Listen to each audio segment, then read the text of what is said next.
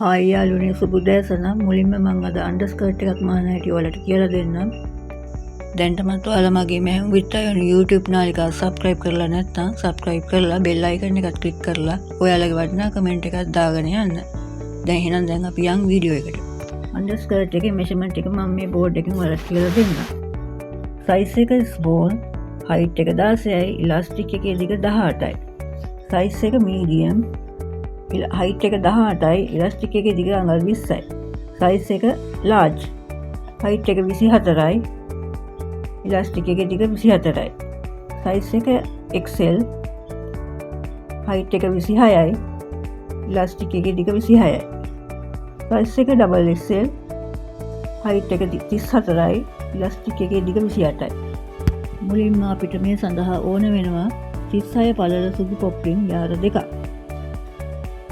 මම large size එක මහන නිසා යාර දෙකයි ගත්තේ. එතකොට අපිට ඕන වෙනවා අඟල් භාගේ ඉලාස්ටික් ඕන වෙනවා. රේද ඕන වෙනවා. ඒ වගේම සයිස් ටැග් රෝල් පිටින් එනවා. සයිස් ටැග් මම ලාර්ජ් සයිස් එක මහන හින්දා සයිස් ටැග් ලාර්ජ් රෝලක් ගත්තා. ඊට පස්සේ මෙෂරින් ටේප් එක ඕන වෙනවා. අඩි රූලක් ඕන වෙනවා. කටුරකුත් අපිට මේ සඳහා ඕන වෙනවා. දැනට අපිට අන්ඩර්ස්කර්ට් එක මැසීම සඳහා උවමනා වෙන්නේ මෙන්න මේ දවුල් ටික තමයි.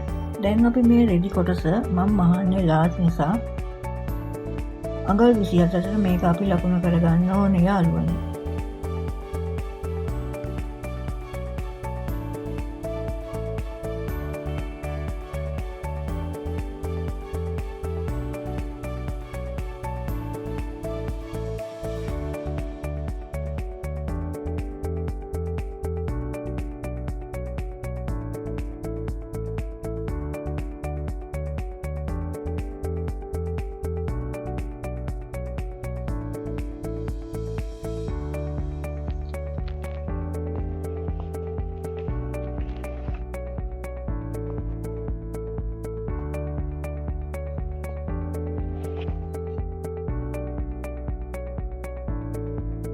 දැන් අපි මේ රෙදි කොටස කපා ගමු යාළුවනේ.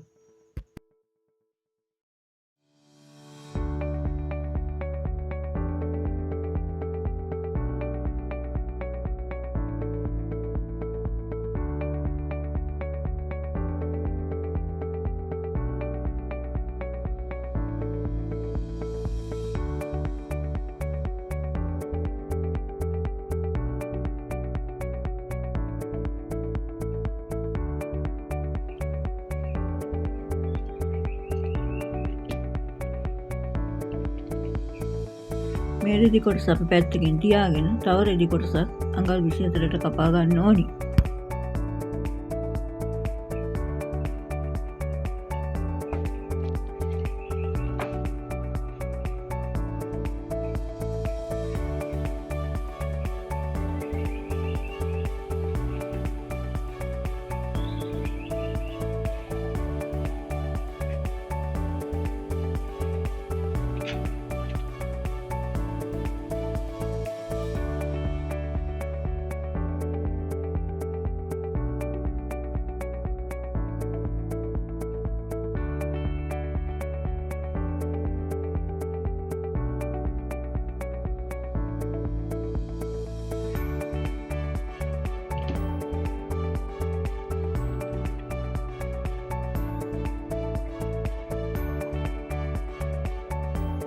තව රෙදි කොටසක් මේකෙන් අපිට ඉතුරු වෙලා තියෙනවා. ඒක අපි දෙකට මැදින් වෙන් කරගන්න ඕනේ.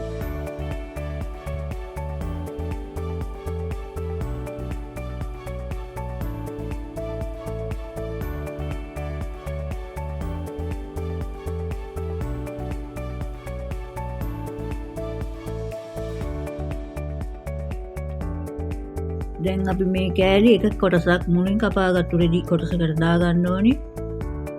ඉතුරු කොටස අපි ඉතුරු රෙදි කොටසට දාගන්න ඕනේ. දැන් අපි අන්ඩර්ස්කර්ට් එක මසා ගන්න යමු.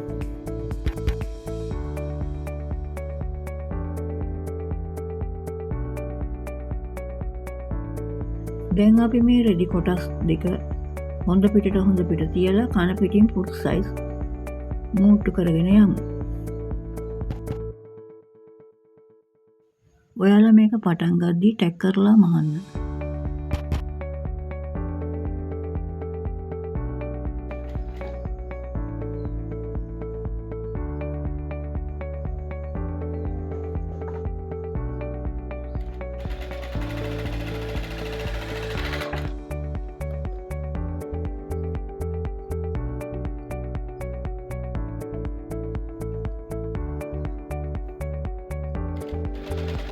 මෙන්න මෙහෙම දිගටම මූට්ටු කරගෙන යන්න.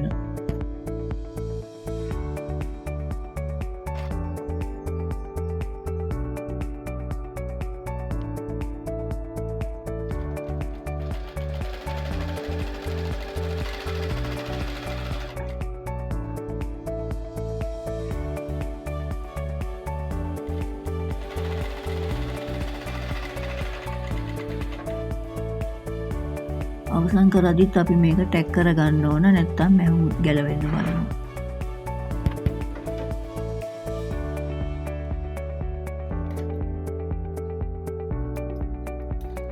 දැන් බලන්න හොඳ නිමාවක් තියෙනවා ළමයි. ඊට පස්සේ අපි මේක හොඳ පිට හරවලා මැහුමක් මසා ගන්න ඕන.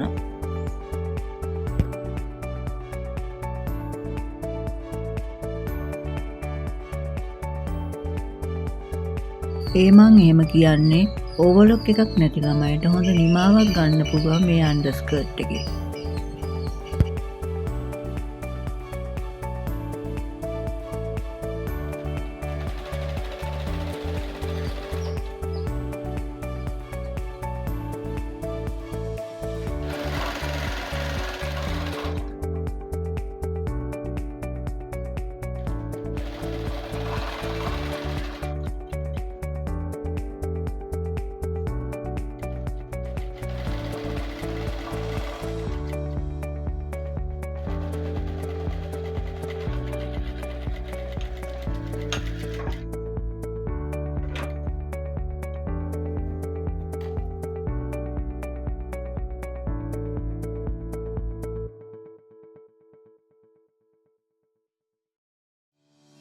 දැන් බලන්න මේ මෙහෙම ලස්සනට තියෙනවා.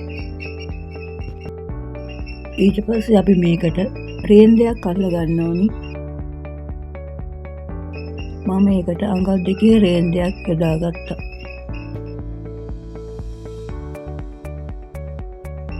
මේකට අපි මේ එනවා පොඩි බීකු රැලි වගේක්. අපි මේක මෙහෙම ලස්සනට ගානට කපා ගන්න ඕන. කපලා අපි මේ රේන්දේ අල්ලගමු.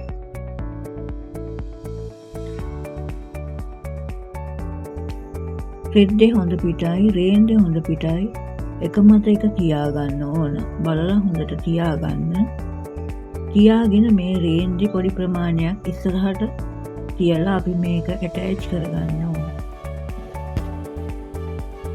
මේ පේනවා ඇතිනේ මං රේන්දේ පොඩ්ඩක් ඉස්සරහට තිබ්බා.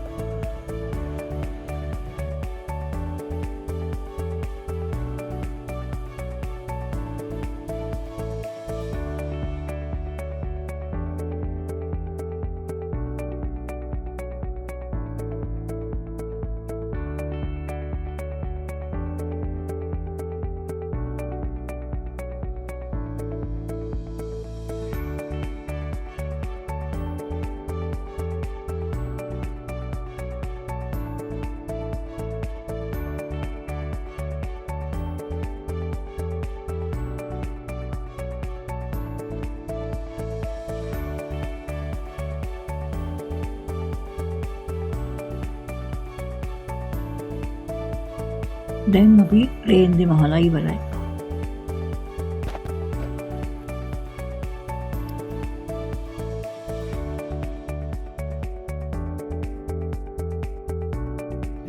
දැන් අපි මේක මේ පැත්ත හරවලා අවුට්ලයින් එකක් මහගමු. ඔයාලා ටැග් කරලා මහන්න.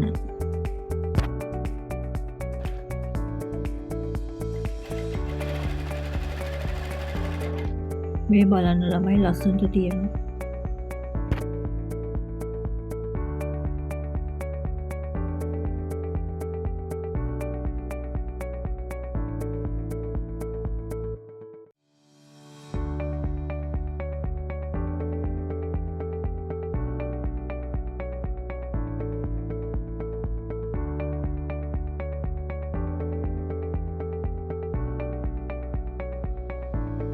අවසන් කරද්දි ටැග් කරලා මහන්න.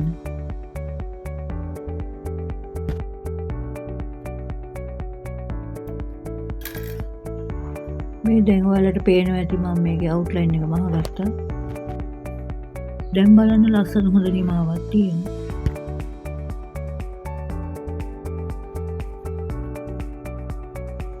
දැන් අපි මේකේ යට කොටසට පොඩි ඕපන් එකක් මහ ගන්න ඕන.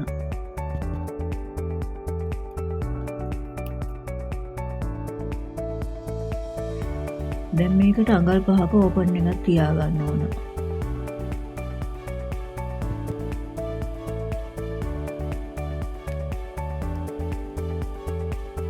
මම මේකේ අඟල් 5ක ඕපන් එකක් ගන්න ඕන නිසා මම මේක පොඩ්ඩක් මෙහෙම ලකුණු කරගෙන එතන ඉඳලා මහ ගන්නවා.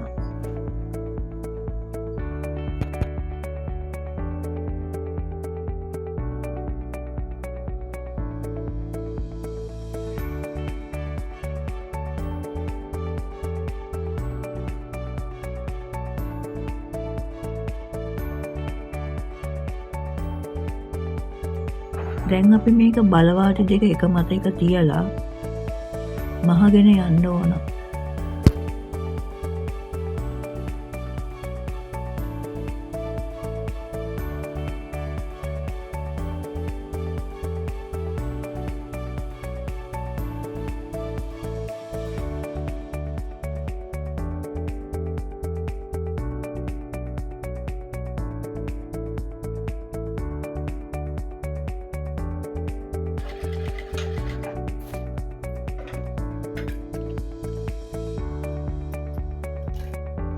දැන් බලන්න ලස්සනට තියෙනවා.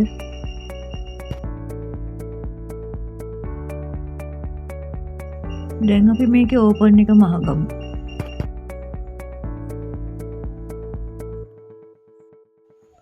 දැන් ඔයාලා මේක මෙහෙම පොඩිවට නමලා මහගන්න.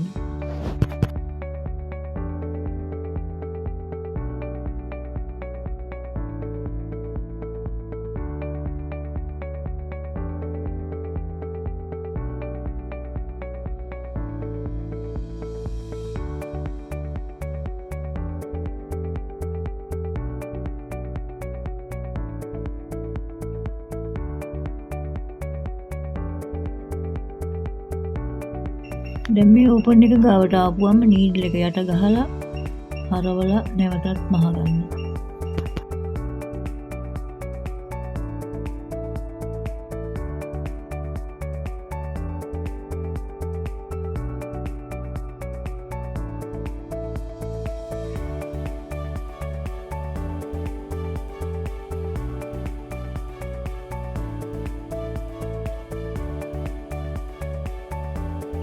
දැන් අපි මේ ඕපන් එක මහලා ඉවරයි.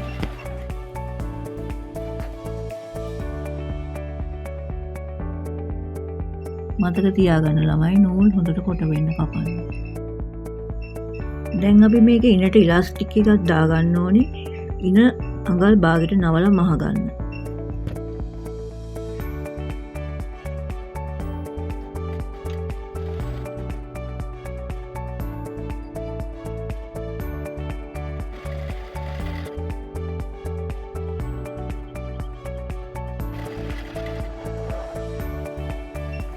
හොඳට මතක තියාගන්න මේක අපි අවසාන වෙනකම් මහන්නේ අඟලක ප්‍රමාණයක් ඉතුරු කරගන්න ඕන.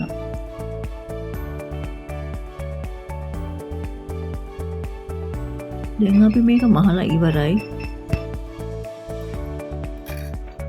දැන් අපි මේකට ඉලාස්ටික් එක දාගමු. මේ අන්ඩර්ස්කර්ට් එක මම ලාර්ජ් සයිස් එක මහන නිසා අඟල් 24ට මම කපා ගන්නවා.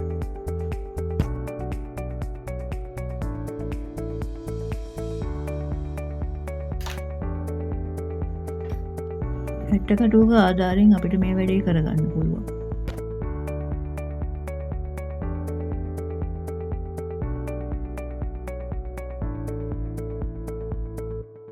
මේ විදියට ඉලාස්ටික් එක දාගමු.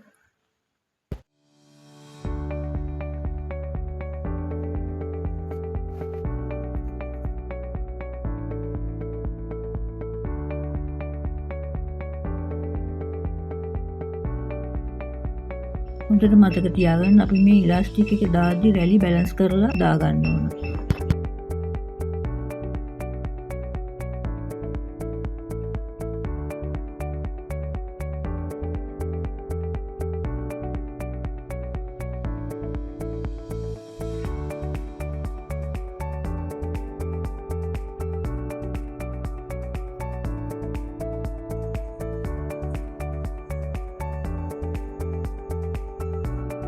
දැන් මේ ඉලාස්ටික් දෙක එකට තියලා ටැග් කරගන්න.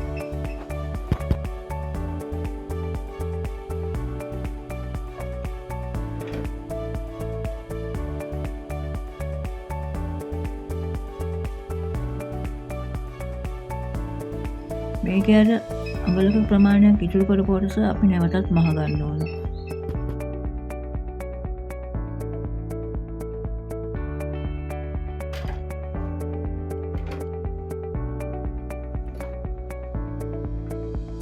දැන් අපි මේ අන්ඩර්ස්කර්ට් එක මහලා ඉවරයි. බේබි රිබන් එකකින් මේ අන්ඩර්ස්කර්ට් එක තවත් ලස්සන කරගන්න බෝ එකක් හදලා මහගමු.